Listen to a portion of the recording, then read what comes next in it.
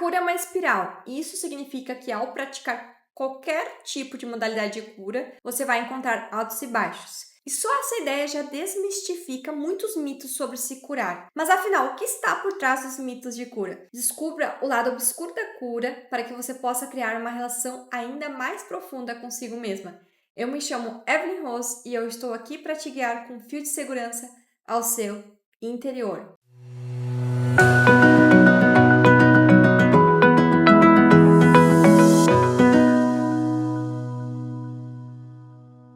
O primeiro mito é só dizer que eu me amo e pronto, estou curada. Você já deve ter ouvido falar algo assim. Fale, eu me amo, eu me aceito e veja a sua vida mudar em 21 dias. Só que não. Quando eu comecei a fazer essas frases afirmativas, eu achava que eu tinha um grande problema comigo. Quanto mais eu repetia, mais dilacerada eu me sentia por dentro. Isso até eu descobrir como a sombra e o inconsciente realmente funcionam. Assista ao meu vídeo definitivo Como Integrar Sua Sombra com dicas práticas para entender mais sobre sombra e integração.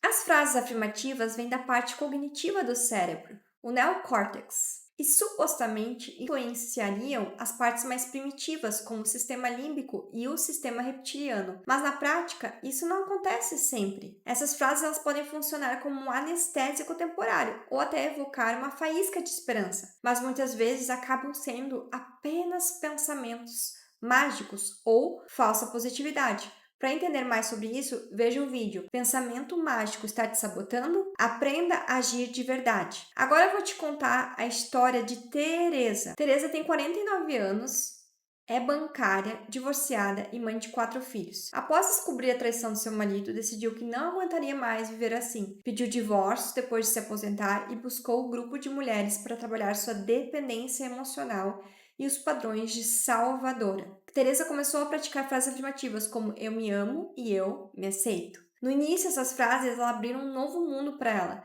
Teresa, que sempre lidou com questões práticas e racionais, sentiu um alívio só por pensar que a cura poderia ser algo mais simples do que imaginava.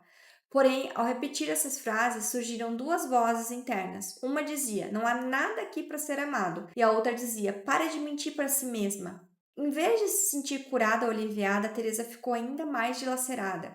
Ao buscar orientação, disseram que isso era resistência e que ela deveria insistir. Resultado, Teresa sentiu vergonha e achou que o problema era dela, ela que não sabia fazer direito as coisas. Mas por que as frases afirmativas falharam? Essas frases não consideram os traumas somatizados no corpo e as feridas emocionais no campo energético. Teresa tentou se amar sem antes entender o que criou seus padrões de autoabandono e autonegligência. Na infância de Teresa, ela cresceu ouvindo mensagens como ser mulher é difícil, você deve ficar calada e ter um homem para te proteger. Aceite, porque a vida é assim. Sua mãe, submissa ao pai abusivo, aceitava traições e maus tratos. Isso transmitiu a Teresa a ideia de que ela precisava proteger sua mãe e ser extremamente independente para não depender do seu pai abusivo. Esse vazio emocional criou um abismo interno. De um lado, sua criança interior carente, do outro, um crítico interno dizendo que ela não merecia o amor. Se Teresa realmente quiser se curar, ela precisará começar com frases mais honestas. Seria mais ou menos assim: eu não me amo muito agora, mas estou disposta a me compreender melhor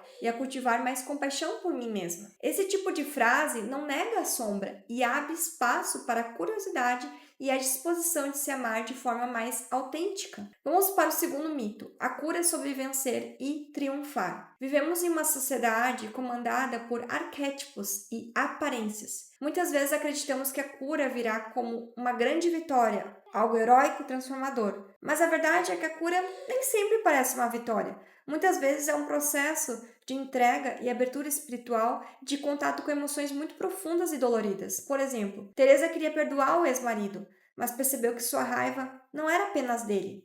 Em terapia, entendeu que sua criança interior estava brava, na verdade, com um pai. Ao aprofundar esse processo, Teresa também descobriu uma lealdade oculta emocional com a mãe. Isso a fez perceber que a mãe, embora vítima de maus tratos, era cúmplice da dinâmica familiar e usava Teresa como escudo e como confidente. Esse processo ele não parecia uma vitória, mas sim uma desconstrução dolorosa de ilusões. Só quando Teresa soltasse esses pesos, poderia redirecionar sua energia para si mesma, sem culpa ou medo de ser egoísta. Vamos para o terceiro mito. Só vou ativar minhas partes poderosas quando estou curado. Outro mito comum é acreditar que, ao se curar, você desativará para sempre suas partes vulneráveis e só viverá identificada com subpersonalidades fortes como o eu espiritual, o eu profissional, o eu fodão.